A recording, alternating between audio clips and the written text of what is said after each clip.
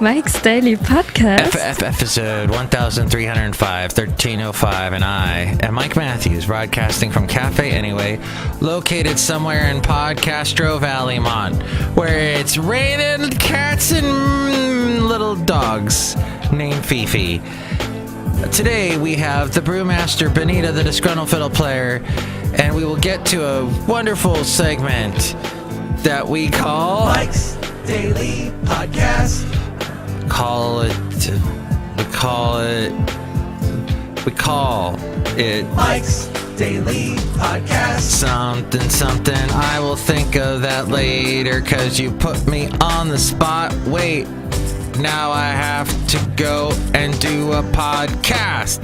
Everybody is dancing, and I heard from my friend Stormy Phoenix, and her internship at KFOG was interesting. Mike's Daily Podcast. Yesterday, she got to meet Matt Pinfield. Hi, it's Matt Pinfield.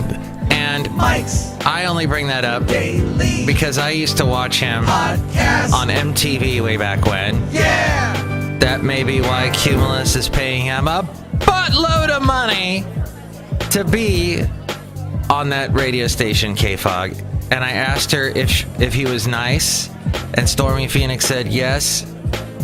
And he's as tall as me, she said. And she's not very tall. Stormy Phoenix. She's little, but she's loud. That's what they used to say about Martina McBride in country music. She had that song called I'm Little, But I'm Loud. Today's segment will be called the Newsbleed section, I've decided. Oh, my phone enjoyed that. Hey, it was a Samsung update night last night. Because there was good old Android updates. The whole system had to be shut down and rebooted, and I had to delete a bunch of wonderful, important apps like Instagram. So this morning I woke up Instagramless. And my phone is still chirping away saying, you need to put Instagram back on me. And I'm like, hell no. I hate that trendy piece of crap millennial BS where I have to see all these young people posting selfies of themselves. This is me with a picture with Mickey Mouse. I'm at Disneyland. Look, wee. This is me with a picture with the president. Wee. Look who just walked in. This is me and a picture I'm just taking right now of me and you guys. Hi, Mark. It's Benita, the rodeo queen. How you doing? It's a Disgruntled Fiddle Player, tell you what. What? We need to reinstate the draft and get all these Instagram and Snapchat and millennials off the street and put them over in foreign countries to kill other people. Tell you what. What? That's what I think. That's so weird because that's exactly what somebody said on C-SPAN when I was watching just now. They were going on and on. They were actually making some sense for a little bit, and then all of a sudden they dropped that as their last thing. And we need to take the millennials off the street by reinstating the draft. That guy obviously is a pleasant fellow. Yeah, no. We want the 60s to happen again. We really want the late 60s to happen again. When the draft was going on and people were like, I'm not going to war to fight some war that's ridiculous, that's set up, because that's all the wars now that will, the Gulf War was this crazy thing. But I can only tell you that is going to be some people's opinion. And that makes sense. We need to defend the country. I understand. It's a big country. In a big country, dreams stay with you like a mountain across the mountainside thing. Look who else walked in. Hello, Mike. Can I make the root beer? I'm the brewmaster. Oh, boy. I will defend my country with my root beer. Your root beer will defend the country? Yeah, because when you throw it, watch what happens. Whoa. Explosive root beer. Shocking. Well, we got some interesting stories to bring you in the Newsbleed section. Yesterday, I walked Basil the boxer. We went on a merry walk And we were going up this hill, and he was huffing and puffing, and I'm like, oh no, maybe he's still sick. And then we went down the hill, and all of a sudden something got kick-started, and he was back to his old self again. So he's making his way back. Thank you for all your thoughts and prayers. If you actually did pray for Basil, you are really awesome. Thank you. Today I drove through a wall of water to get here. It was a big wall of water, Washington, to get to Café Anyway. I was in South Hayward, and it just came down. And I'll tell you, the only reason why I made it to work and didn't get into an accident was because there were no cars around me. Because when water comes down in California, Californians don't know what to do, and they'll drive into the closest wall. Just, that's it. They don't know how to drive, is what my point is. But I don't like to talk about weather on my podcast. I feel like weather really dates the show, and let's say you don't get to listen to the show for 2 or 3 weeks or years, and then you listen to it and you hear me talk about the weather, you're like, who cares? I want to hear Mike talk about important things, like the draft and millennials and such, and exploding root beer. But I do have, this weather is causing me all kinds of problems. As you know, I had a little bit of flooding earlier this year, and then I had this thing with my gutters. My mind is in the gutter because I'm thinking about the gutters on my roof. And here's today's podcast picture. And here are pictures of my gutters. Aren't they lovely? No, it's actually a podcast picture today of a crazy little restaurant, bar and grill type place in, what do they call it? Richmond Point, I think is what it's called. It's sort of this little, all right, it's kind of this old towny type Richmond. It's, Richmond is a scary place. And this downtown Richmond is up against the hill. It's really close to the Richmond Bridge. But there's this neat kind of old-timey, old turn-of-the-century sort of feel to it. There's an indoor pool, huge indoor pool, that is called the Aquatarium or something like that. And then there's this cool bar. There's a train tracks that go through it, and near the train tracks is this little downtown, old town area, and this cool bar. And I took a picture, and it has a bunch of this like kind of weird ceiling, and what do they call that? Is that it's like a enameled you know what I'm trying to say, ceiling. And then there's, for some reason, a King Tut tomb coffin sarcophagus, and there's all these jerseys on the wall. So and a chandelier hanging, adorned ceiling. What is the word? Anyway, you can see that picture at mikesdailypodcast.com. That's from downtown Point Richmond, which I will not go to ever again, because the last time I went there, people just seemed so snooty and weird. And I ended up paying $5 for a tiny, tiny cup of espresso with eggnog in it. And to me, I was like, rip off. Everyone here's a rip off. So I left with Basil, the boxer, never to return again. See that picture now at mikesdailypodcast.com. So the gutters, what's happening, my point being, is that the gutters are all weird on the part of the house right next to the front door. So what ends up happening is when it rains, all the water gets focused right over the front door. And so if you're trying to come in and out of the house, you're going through Niagara. You're like walking through Niagara. And I know that's all cool and stuff, and that's from what was that movie? Was that Batman, where he had to walk through a waterfall to get to his secret? That's kind of like what you have to do to get to my house, my lair, if you will. Mike'sDailyPodcast.com is where you can find all the past podcast pictures. You can help out the show if you enjoy the show. Please shop on Amazon through the link at Mike'sDailyPodcast.com.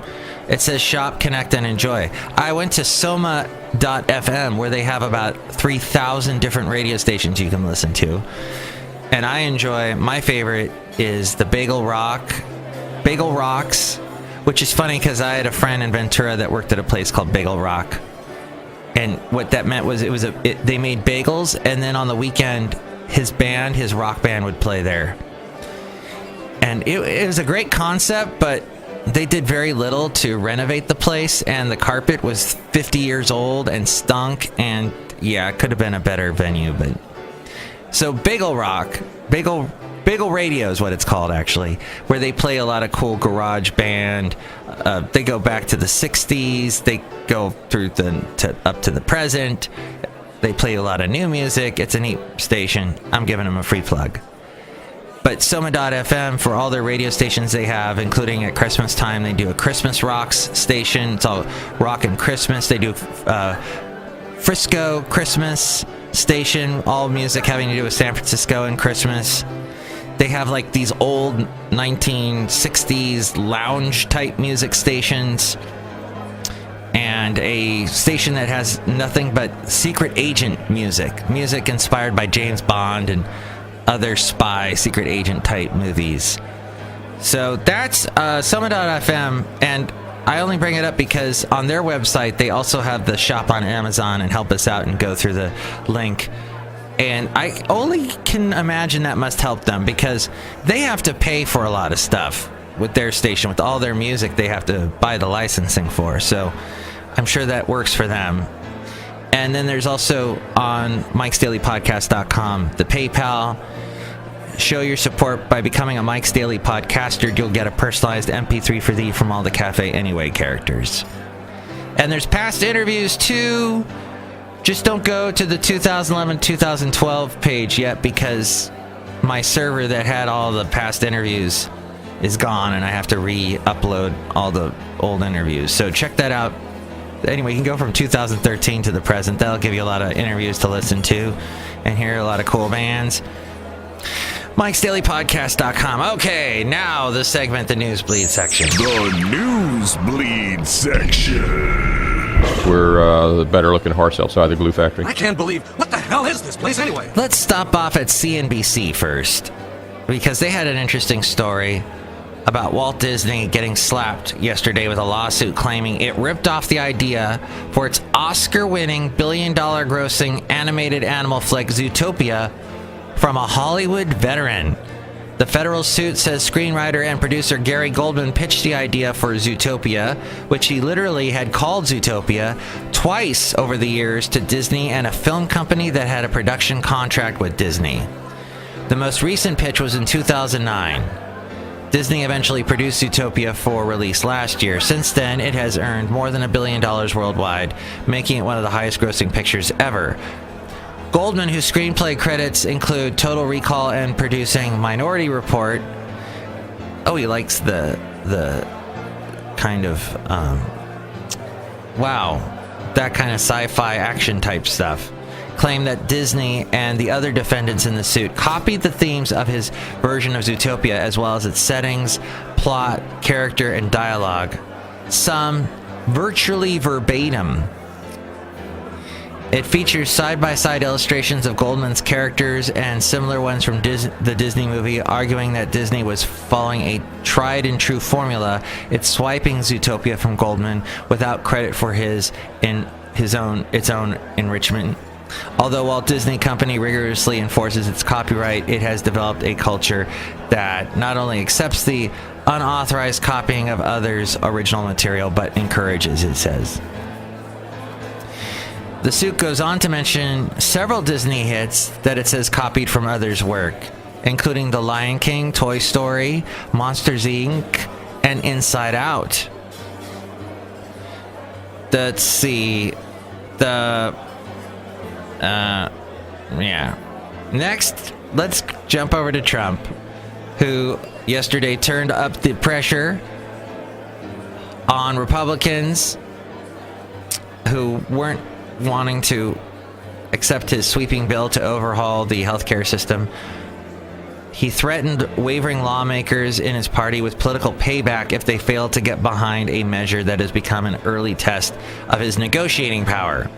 In a series of meetings and phone calls at the White House and on Capitol Hill, he, along with Vice President Mike Pence and Republican congressional leaders, haggled with holdouts over issues including regulatory details and Cuba policy as they struggled to assemble a majority to support a bill that would repeal and replace the Affordable Care Act. The legislation is scheduled for a floor vote in the House tomorrow. It was called the Affordable Care Act. Now it's going to be called the American Health Care Act. So it went from affordable to American. And that's what America is all about, being American. But at a private meeting with House Republicans at the Capitol, the president also delivered a blunt warning that many of those present would lose their seats in next year's midterm congressional elections if the effort failed. I'm going to come after you, he said. He told Representative Mark Meadows, Republican of North Carolina, a prime holdout and the chairman of the Conservative Freedom Caucus, a hotbed of concern about the legislation, according to several people in the room who described his comments on condition of anonymity because the session was private. Quote, I believe Mark and his group will come along because honestly, a loss is not acceptable, folks. Mr. Trump told Republicans at the meeting, he said, we're trying to get this done. We're moving fast. But we're moving things along and we're moving them along fast. Yeah, they're moving it fast. There was a representative who was for Obamacare in the early days who said that this is moving so fast compared to getting Obamacare passed took a year. This is like happening within weeks, this repeal. And this, was it Tim Ryan is his name, the representative. He was talking on C-SPAN. He said, it's crazy that the Republicans are trying to repeal this. It's simply based on the fact that they've demagogued it for 7 years. That the dog caught the car and they don't know what to do. And then somebody called in and said, well, Obamacare actually ended up bailing out teachers, and that made no sense because the money should have did it. And then Representative Tim Ryan said, well, we had to bail out the teachers because they were going under, and where were the kids going to go? The kids that had no teachers. Really, you wanted the kids to just walk around on the streets and get drafted and go to, because they're millennials now. What? Did we say something?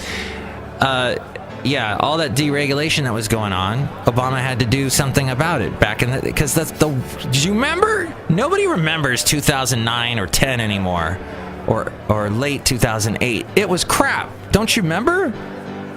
People lost houses. People lost everything. Ugh. I hate this amnesia people get. Somebody also called in, all these Trump haters on C-SPAN. They're just so overly... There was the same amount of people calling in that were anti-Trump as pro-Trump, and this person just an oversensitive old... A lot of old people call up C-SPAN at 5 in the morning, I'll just tell you. That's why we dedicated a show to Pedro, the host that manages the whole thing. Although today it's not Pedro, it's the bald guy who looks like my ex-cousin Matt. I went a little bit too personal there, didn't I? I kind of lost you, and I apologize. Let's go to the last story. From Tuesday on, passengers traveling to the U.S. from 10 airports in 8 Muslim countries will not be allowed to have their iPads, laptops, or other communication devices larger than a smartphone. So if it's larger than a smartphone, you lost it. It's gone. If you're traveling from Egypt, Jordan, Kuwait, Morocco, Qatar, Saudi Arabia, Turkey, or the UAE on Egypt Air, Emirates, Kuwait Airlines, Qatar Airways, etc. So why is the United States doing this? How did it get away with it? U.S. says it's all about security. The Trump administration says the new rules were introduced because of intelligence that shows terrorists are continuing to target airlines flying to the U.S. An unidentified person familiar with the issue has told the Washington Post that officials have long been worried by a Syrian terrorist group that is trying to build bombs inside electronic devices that are hard to detect. Also, it may not be about security. 3 of the airlines that have been targeted for these measures, Emirates Etihad Airways and Qatar Airways have long been accused by their U.S. competitors of receiving massive effective subsidies from their governments. These airlines have been quietly worried for months that President Trump was going to retaliate, and this might be the retaliation. These three airlines, as well as other airlines targeted in the order, are likely to lose a major amount of business from their most lucrative customers, people who travel in business class and first class. Business travelers are disproportionately likely to want to work on the plane, to kind of try and get themselves to escape from the fact that they're in business class. And it sucks when you're traveling and flying that far. The reason they are prepared to pay business class or first class fares is because it allows them to work in comfort. Wait a minute. I'm thinking of economy, aren't I? Business class is the nice one. What? I haven't flown in a while. Haley will explain all this to me later. The United States is weaponizing their interdependence.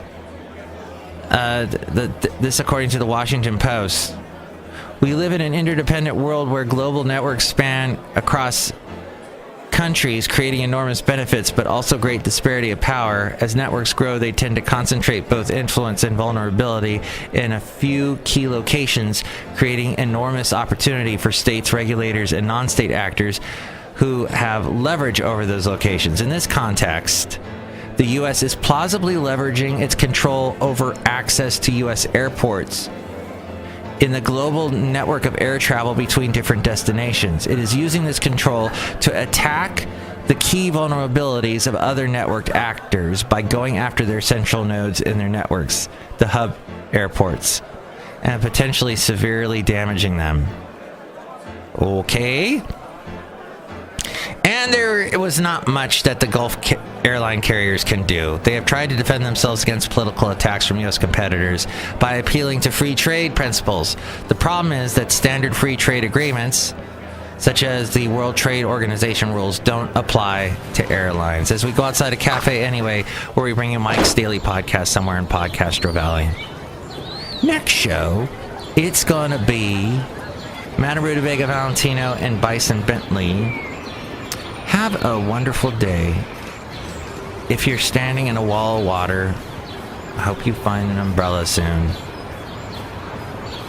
And just remember that I will be here day after day after day. If I'm not, it's because I'm working on my gutters. My mind's in the gutter. And I'm trying to prevent the Niagara Falls over my front door. Have a good day. Mike's Daily Podcast is written and produced and performed by Mike Matthews. His podcast is super easy to find. Download or listen to his show and read his blog at mikesdailypodcast.com. Email Mike now at mikesdailypodcast@gmail.com. See you tomorrow. Bye. Asset allocation. Asset allocation. Asset allocation. Asset allocation.